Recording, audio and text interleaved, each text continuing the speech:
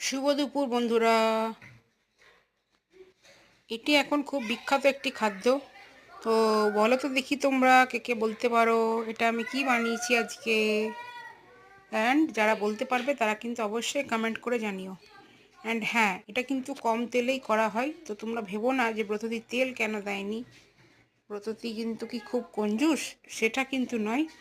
আমি তেল একটু কম দিয়েই রান্না করার চেষ্টা করি।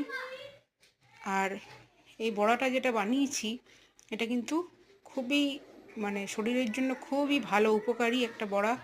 তো আন্দাজ করতে পারছি, মনে হয় যে তোমরা বলতে পারবে। তো এটি এখন সবার বাড়িতেই প্রায় হচ্ছে, একবার একবার না, সবাই খাচ্ছে। তো তোমরা কিন্তু অবশ্যই কমেন্ট করে জানিও। অ্যান্ড সবার দিনটি খুব ভালো কাটুক, সবাই সুস্থ থাকো, আনন্দে থাকো, আর নিজের ফ্যামিলি মেম্বারদের সাথে খুব এনজয় করো। আজকের জন্য শেষ করছি, অবশ্যই কিন্তু কমেন্ট করবে।